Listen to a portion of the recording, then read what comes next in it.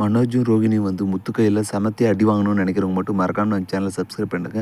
கூடவே bell button அழுத்துங்க. அப்போ தான் நான் போடுற ஒவ்வொரு வீடியோ உங்களுக்கு நோட்டிஃபிகேஷன் வரும். வாங்க இப்போ வீடியோக்குள்ளே போகலாம்.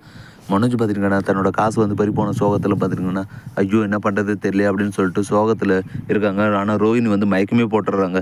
மனோஜ் நம்ம ஏமாந்துட்டோமா அப்படின்னு சொல்லிட்டு ரொம்பவே அளவும் செய்கிறாங்க.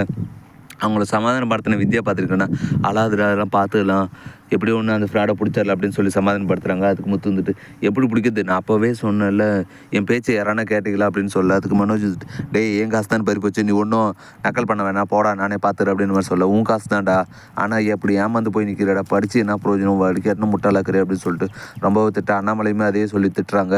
அதனால் பார்த்தீங்கன்னா சரின்னு சண்டை போட்டுருக்க இன்னொரு பக்கம் பார்த்தீங்கன்னா போலீஸ் வந்து அவங்களை வீட்டுக்கு காலி பண்ணி சொல்லிடுறாங்க. சரின்னு சொல்லிட்டு எல்லாருமே காலி பண்ணிட்டு வந்து பழைய வீட்டுக்கு வந்துடுறாங்க. வந்தவங்க பார்த்தீங்களன்னா ஏன்டா இப்படி பண்ணிட்டேடா அப்படின்னு சொல்லிட்டு அண்ணாமலை என்னதான் அட்வைஸ் பண்ணாலும் வந்துட்டு வித்யா வந்துட்டு தான் மகனுக்கே வந்து சப்போர்ட் பண்ணுறாங்க. இதனால் பார்த்தீங்கன்னா அவன் என்ன பண்ணாலும் அவனை ஃபஸ்ட்டு என்கரேஜ் பண்ணாத, அவன் எதனா தப்பு பண்ணாலோ இல்லை நல்லது பண்ணாலோ வந்து ஓரளவுக்கு பாராட்டத்தை நிறுத்து, அவளை புகழ்ந்து பேசி தான் அவன் மேலும் மேலும் தப்பு பண்ணியே இருக்கான் அப்படின்னு சொல்லிட்டு அண்ணாமலை வித்யாவை திட்டிட்டு அண்ணாமலை கோபமாக உள்ளே போயிடுறாரு.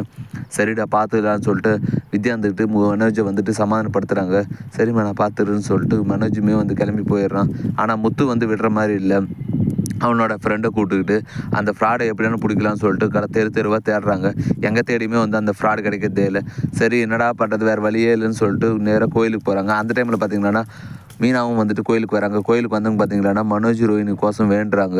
இதை கண்ட முத்து பார்த்தீங்கன்னா அவங்க என்ன தான் வேணாலும் அவங்க வந்து தெரிந்துற ஜென்மம் இல்லை, நீ அவங்களுக்கு என்ன தான் நல்லது பண்ணாலுமே வந்து ஆனால் அவங்க உனக்கு தொடர்ந்து கெடுதல் தான் பண்ணுறாங்க அப்படின்னு சொல்லிட்டு முத்து சொன்னாலுமே வந்துட்டு மீனா வந்துட்டு ஏங்க என்ன தான் இருந்தாலும் வந்து உங்கள் அண்ணங்க அவங்களுக்கு நம்ம குடும்பம் இல்லையா அவங்களுக்காசம் வேண்டலன்னா எப்படி அப்படின்னு சொல்ல சரி உன்னோட நல்ல மனசு அவங்களுக்கு எங்கே புரியுது அப்படின்னு சொல்கிறாங்க. சரின்னு சொல்லிட்டு மீனாவுமே கோயிலுக்கு போய் வேண்டுறாங்க.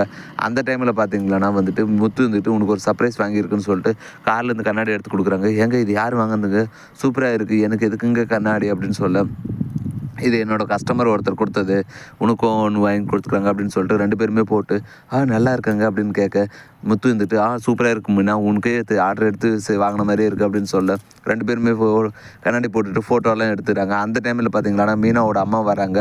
அவங்க கண்டு வந்து என்னது இது கோவிலில் வந்துட்டு கண்ணாடி போட்டு நீங்கள் 2 பேரும் விளையாடிட்டு இருக்கீங்க அப்படின்னு சொல்லி கிண்டல் பண்ண அத்தை இது வந்து எங்கள் ஃப்ரெண்டு ஒருத்தர் வாங்கி கொடுத்தது அப்படின்னு சொல்ல அதுக்கு அவங்க மீனாவோட தங்கச்சி வந்துட்டு மாமா உனக்கு கண்ணாடி சூப்பராக இருக்கு மாமா கூட நான் ஃபோட்டோ எடுக்கிறேன் அப்படின்னு சொல்லிட்டு ஃபோனை வாங்கி ஃபோட்டோ எடுக்கிறாங்க. ஃபோட்டோ எடுத்துகிட்டு நல்லா இருக்கான்னு சொல்லிட்டு செக் பண்ணிட்டு இருக்கும்போது பார்த்தீங்கன்னா ஒரு ஃபோட்டோவை செக் பண்ணுறாங்க. அந்த டைமில் பார்த்தீங்கன்னா ஜீவோட ஃபோட்டோ பார்த்துட்டு மாமா இது யாருன்னு தெரியுமா எப்படி இவங்க ஃபோட்டோ உங்கள் ஃபோனில் இருக்குது அப்படின்னு கேட்க அதுக்கு முத்து வந்துட்டு இவங்க தான் அந்த கண்ணாடியை கொடுத்தவங்க அப்படின்னு சொல்ல மாமா இவங்க யார் தெரியுமா உங்கள் அண்ணனோட பழைய லவரு இவங்க தான் வந்து அன்றைக்கி கல்யாண மண்டபத்துலேருந்து காசு திருன்னு போனது அப்படின்னு சொல்ல என்னம்மா சொல்கிற தெளிவாக சொல்லு நான் அன்றைக்கி இல்லை அதனால் எனக்கு என்ன நடந்ததுன்னு தெரியல அப்படின்னு சொல்ல அவங்க நடந்த எல்லா உண்மையும் சொல்கிறேன்.